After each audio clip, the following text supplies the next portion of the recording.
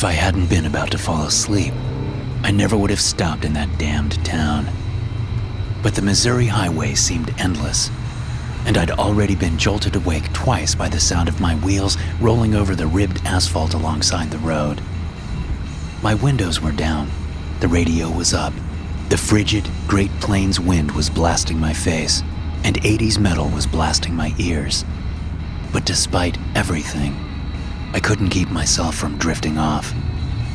I was on a 12-hour drive back home after burying my foster father, and I had to be at work the next morning.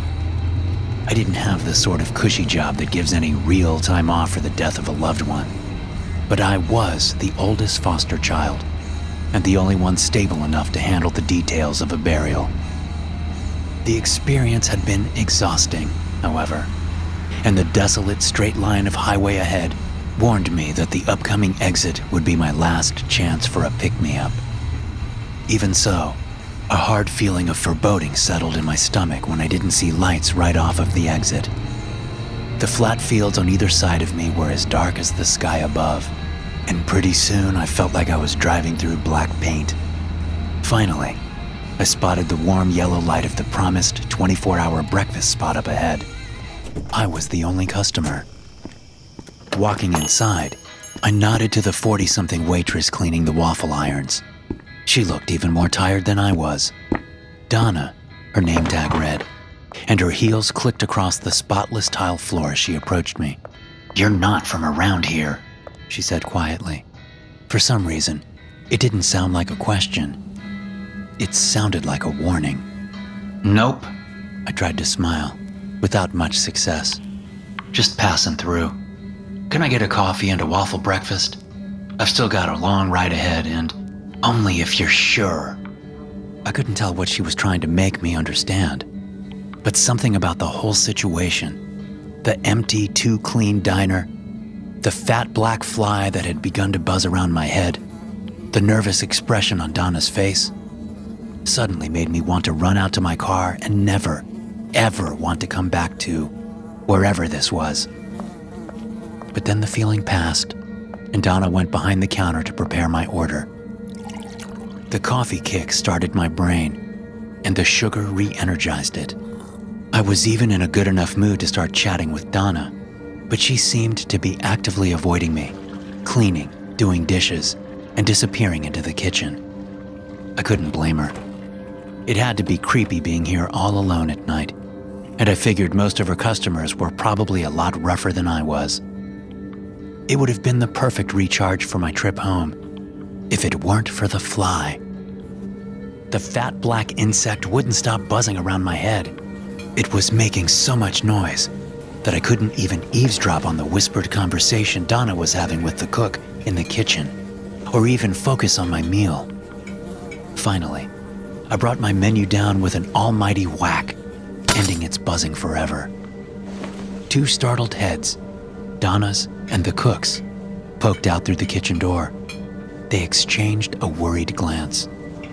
To my surprise and horror, a black widow spider that looked as big as my fist descended from the ceiling above Donna and perched on her shoulder.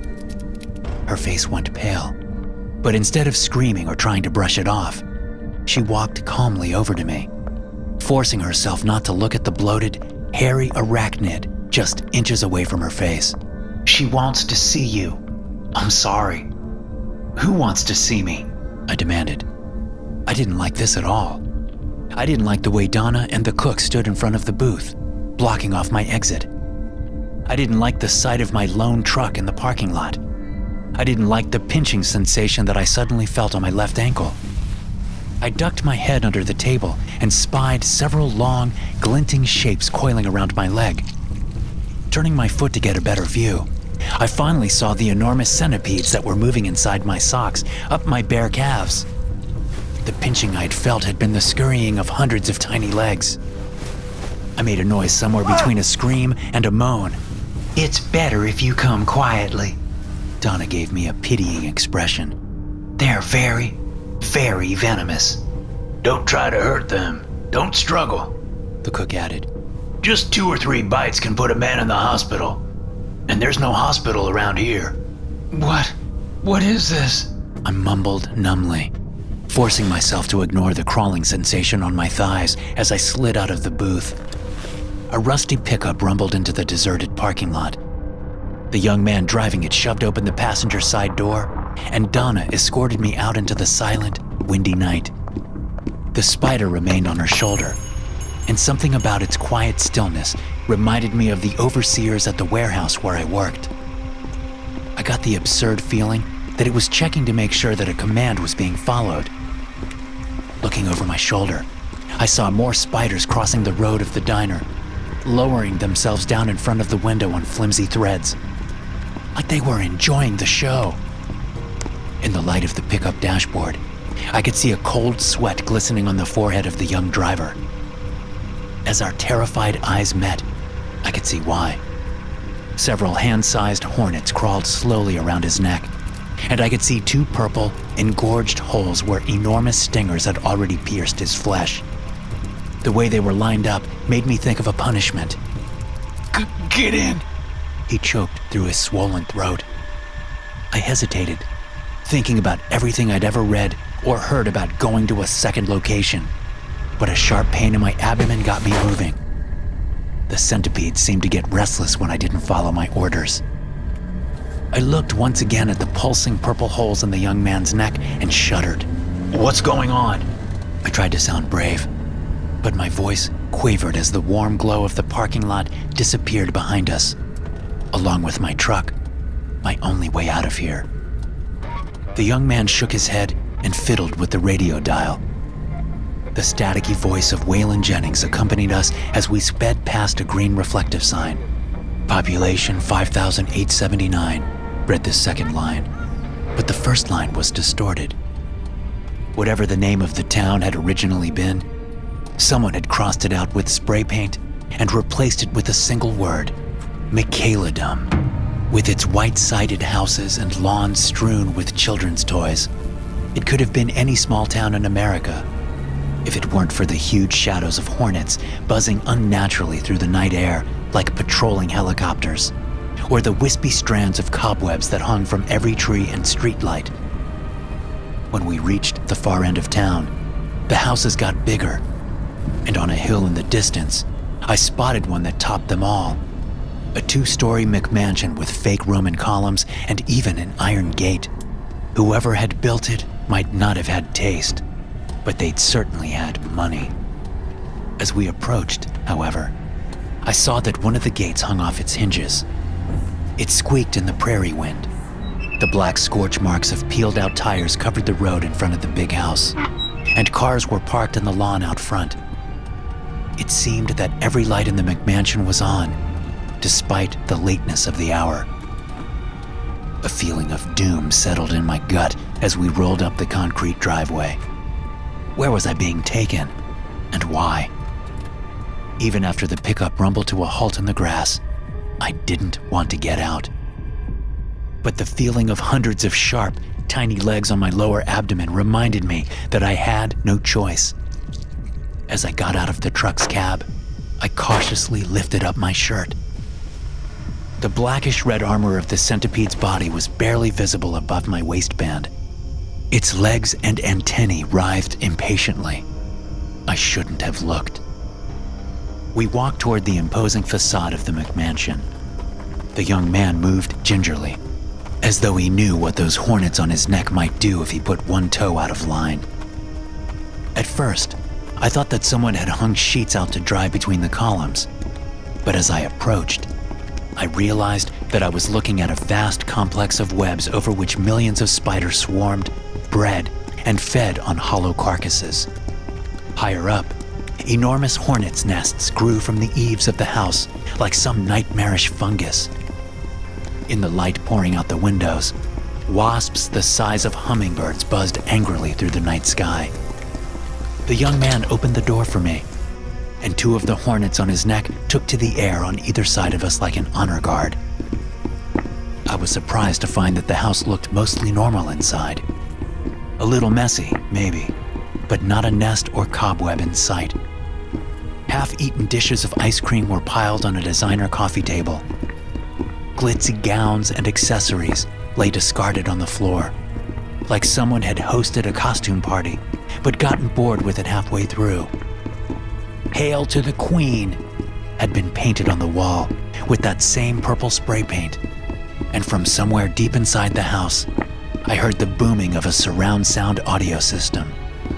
We walked toward it, and finally found ourselves in a massive living room with floor-to-ceiling glass windows, a flagstone fireplace, and a big television on which old cartoons were playing. In the blue glow of the screen, I could make out a room full of tense, exhausted preteen faces. All except for one. A brown-haired girl of about 13 sat on a fancy office chair, as though it were a throne. She'd been drumming her fingers boredly on her knee, seemingly getting more enjoyment out of her classmates' fear of her than from the Courage the Cowardly Dog reruns on the screen. When she saw me, she smiled. "Took you long enough, Travis." She sneered at the young man, who bowed so low he nearly fell over. She waved a hand like she was shooing away a fly. "You can go." Then she pointed at me. "You stay." "Who are you?" I finally managed to speak. "Who am I?" The brown-haired girl threw back her head and laughed. "I am Queen Michaela, and you're in my queendom now. So what I say goes, got it? Otherwise, you'll end up in a bad way." She nodded to some lumpy shapes on the wall, barely visible in the glow of the television. The wall wasn't painted dark brown, I realized. It was a squirming, solid mass of insects. Stuck to it by filth and webbing were 4 people, or what was left of them. A cockroach crawled out from the open mouth of the obese man closest to me. Suddenly, I was sure he'd been eaten alive from the inside out. As if to add insult to injury, a cheerful purple and yellow party hat had been placed atop his head. The woman beside him wore a red feather boa and googly eye goggles over her empty eye sockets, while the other 2 boys beside her had carnival masks stuck to their half-eaten faces. "Hey!" Michaela shouted suddenly. A skinny boy in front of the television had nodded off, his chin dropping to his hollow chest. "No sleeping, Max! This is a party! We're all here to have fun, aren't we?" Malice sparkled in the green eyes behind Queen Michaela's thick glasses. The terrified faces of over 20 preteens responded with fake smiles and hollow cheers. Their queen sat back and crossed her arms, satisfied. "As a punishment for not having fun, Max, why don't you tell Mr. Stranger here why the breath hits are stuck to the wall?" "Yes, Queen Michaela." The boy practically saluted. He looked up at me and took a ragged breath. "Mr. Breathit used to own, the biggest mill in town. The house was his, but..." Max glanced nervously at Michaela, who nodded for him to go on. "But Mr. Breathit fired Queen Michaela's dad just because he had a few drinks before work. And Terrence and Kyle Breathit, their kids, were so dumb that they actually thought they could get away with teasing Queen Michaela about her clothes and her hair. They got what they deserved." A sudden burst of hate contorted Michaela's face. She grabbed a valuable art piece that someone had filled with Cheetos and hurled it at one of the web-covered shapes on the wall. The art piece shattered and the web collapsed, revealing a skull that dangled by just a few bits of sinew. "Anything to say now, Kyle?" Michaela added triumphantly. The corpse made no response, but the centipedes inside my clothes and insects swarming across the walls all seemed to get disturbingly agitated whenever Michaela was seized by a strong emotion. "Come on, Mr. Stranger, let's take a walk." Michaela hopped down off of her throne and fixed the others with a long, cruel stare. "Remember," she pointed to a fat fly that buzzed near the television, "I'm always watching." We stepped out into the endless backyard of the McMansion. The ground was crunchy and sticky at the same time. I didn't like to think about why. Michaela blinked slowly as she walked, and I realized that she was using those moments to spy on the townspeople through the eyes of her insects, like a prison warden scrolling through the feeds of different security cameras. Queen Michaela, who was always watching. I thought of the fly in the diner and the huge spiders that had followed after it. How long have you been able to? I began. To what? Control bugs? Michaela rolled her eyes. Only since forever. When I was a kid, I thought everybody could do it. Back then, it was just little things, like getting a butterfly to land on my finger, or telling a bee to buzz off. But now that I've started to grow up, it's gotten pretty wild. Look! Michaela waved her hand, and a swarm of tiny glowing shapes burrowed out of the dead grass. Even though it was November on the prairie, the air was suddenly full of fireflies. They draped themselves over Michaela like a cloak of flickering, greenish-yellow light. The sheer strange beauty of the sight took my breath away. Hey, Michaela asked softly. who do you hate the most? I stalled. It felt like a dangerous question, and honestly, I couldn't think of anyone. Come on, Michaela demanded. everybody hates somebody. My boss, I guess. I suddenly realized. Alan. I pictured his bald head and wraparound glasses, the way he'd walk around the warehouse threatening our jobs just for fun. Alan was the reason I hadn't been given time off to attend the funeral. He was the reason I'd wound up in this nightmare in the first place. Check this out. Michaela waved her hand again, and the fireflies took to the sky. They formed themselves into huge, blinking words. Fuck you, Alan. Michaela snickered, but her laughter sounded hollow. Soon, it turned into sobs. The fireflies dispersed, and the centipede skittered across my naked skin in a panicked frenzy. It wasn't supposed to be like this. Michaela sniffed. My controlling parents, my stupid teachers, assholes like the Breathids. I thought once I'd made them all pay, I'd feel better. But now they're all just dead. Even though everybody does whatever I tell them to, even though everybody worships me, I feel even worse than before. Michaela clenched her hand into a fist, and a rain of snuffed-out fireflies fell from the sky. I hate this place. I'm getting out of here, and you're going to take me. I don't know if that's a good idea. Don't you dare question me, Michaela snapped. I felt the horrible, unmistakable sensation of tiny teeth puncturing my skin, injecting something. I felt the flesh of my abdomen swell, becoming hot and feverish. One centipede crawled down my leg and off into the grass. The other crawled up to my jugular, as though awaiting the command to kill. Shit! Michaela's eyes went wide. Look, just do as you're told and that won't happen. Got it? She tossed her hair and turned her eyes back to the McMansion. As soon as those idiots get my stuff together, we're leaving. Michaela traveled with only 2 purple gem bags, one full of clothes, the other bursting with all the cash and jewelry that Michaela-dom had to offer. Dawn was breaking as Travis drove us back to my truck, and in its gloomy gray light, I could see the full extent of the horror that had been wrought on this tiny town. Gigantic hives burst like tumors from the sides of trees and houses. Houses where, I assumed, Michaela's enemies had once lived. The school, the police station, and several other unidentifiable buildings were mummified with spiderwebs. The shells of millions of cicadas crunched beneath the tires as we drove through the silent streets. Residents who'd survived Michaela's reign watched us go in silence, their faces hollow with the horror of the things that they had seen. They didn't dare to believe that their queen was going away for good. Michaela fiddled with the radio dial while I drove, but most of the stations were just static. There's no good music out here. There's no good anything out here. She sighed, crossed her arms, and looked at me with big, bored eyes. Is it nice where you're from? There are worse places, I answered carefully. Michaela nodded, as though that was about what she expected. A huge wolf spider crawled out of her sleeve, and she played with it for a while, before turning to watch the endless brown fields fly by outside the window. For a long time, neither of us spoke. Do you think I'll get the death penalty? Michaela asked finally, in a small voice.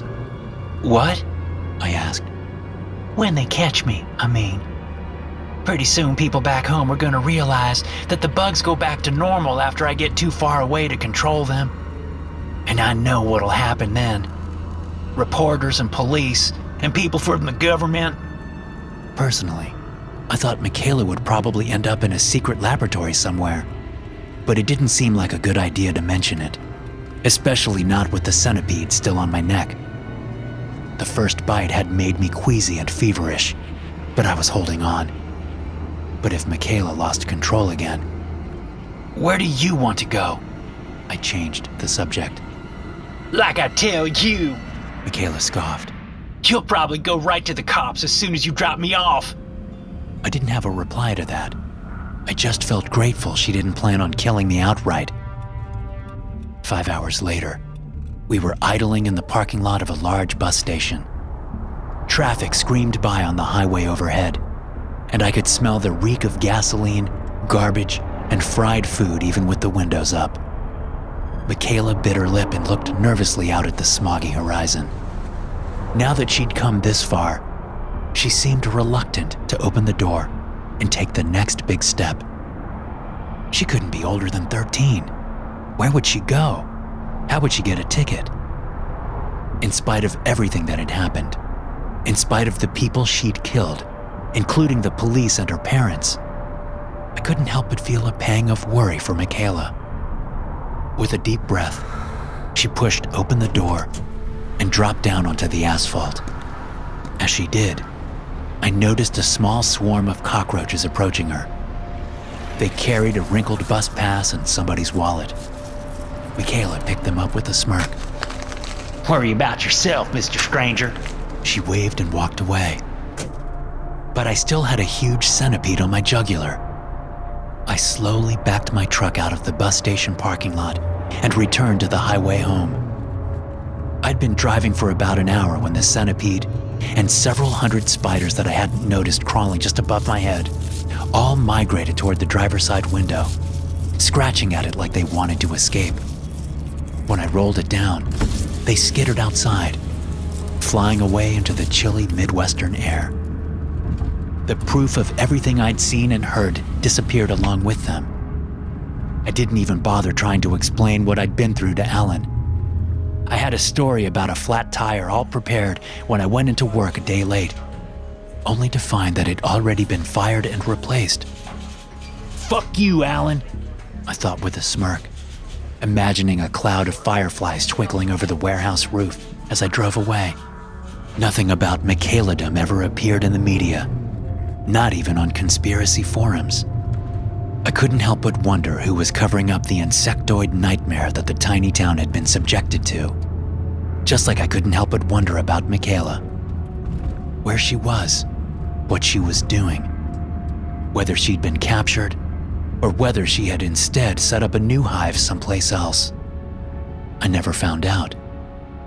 But every time I see a spider, a wasp, or a cockroach, I find myself waiting to see thousands more come streaming under the door or up my pipes. I imagine them forming themselves into words, an inescapable command. Your queen is calling you. Thanks for listening. If you enjoy these stories, be sure to subscribe to the podcast and check out some more of my episodes here.